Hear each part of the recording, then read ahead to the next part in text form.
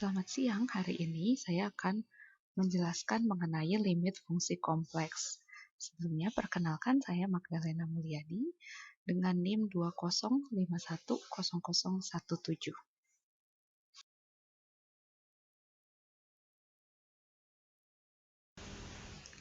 Ya, kita akan mulai dengan definisi.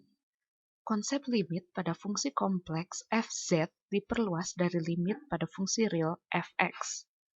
Fz merupakan perluasan dari konsep serupa pada fungsi real, sehingga jika variabel kompleks z diganti dengan variabel real x, maka semua aturan limit kontinuitas dan turunan yang sudah ada pada fungsi real terpenuhi.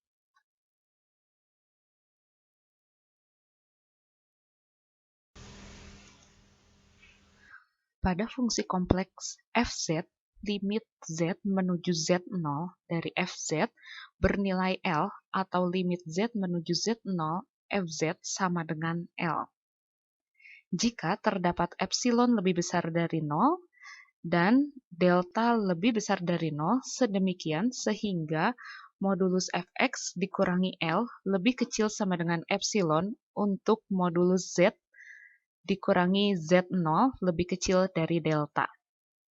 Meski limit z menuju z0 fz sama dengan L, namun fz tidak harus sama dengan L.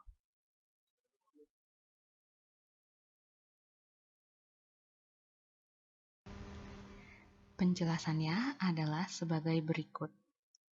Jika limit z menuju z0 fz sama dengan L dan fz0 sama dengan L, maka fz dikatakan kontinu di z0. Jika limit z menuju z0 fz sama dengan L dan fz0 tidak sama dengan L, maka fz dikatakan memiliki limit di z0 namun tidak kontinu di z0.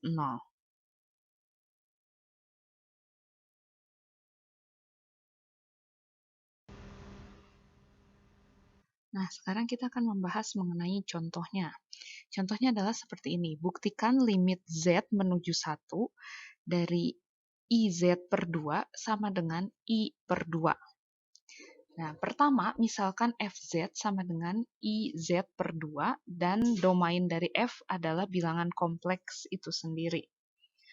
Ambil sembarang epsilon lebih besar dari 0, sementara di sini deltanya belum kita ketahui ya, belum kita masukkan berapa, sehingga 0 lebih kecil dari modulus z min 1, lebih kecil atau kurang dari delta, berlaku modulus iz per 2 min i per 2 lebih kecil atau kurang dari epsilon.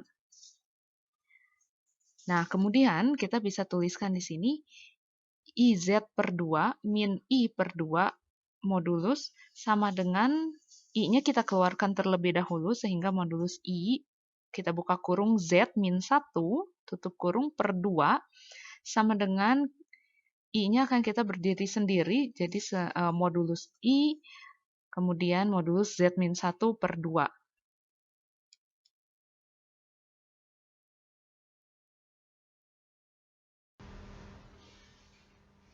Ya, selanjutnya seperti kita ketahui, tadi kita sudah keluarkan i-nya, maka i itu bernilai 1.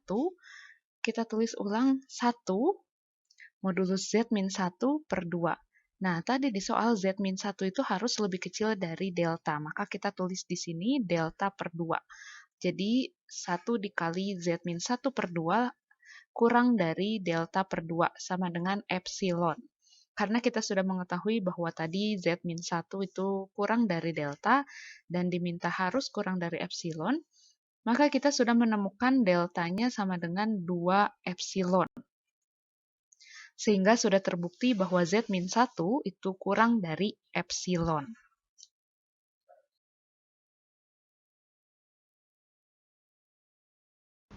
Selanjutnya kita akan membahas tentang turunan pada fungsi kompleks.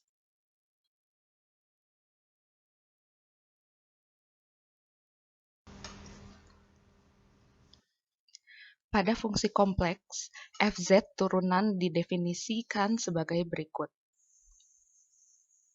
dfz per dz sama dengan limit delta z menuju 0, f Z ditambah delta Z dikurang Fz per delta Z. Jadi, turunan pada fungsi kompleks sama halnya dengan fungsi real, hanya saja variabel X pada fungsi real digantikan menjadi Z pada fungsi kompleks.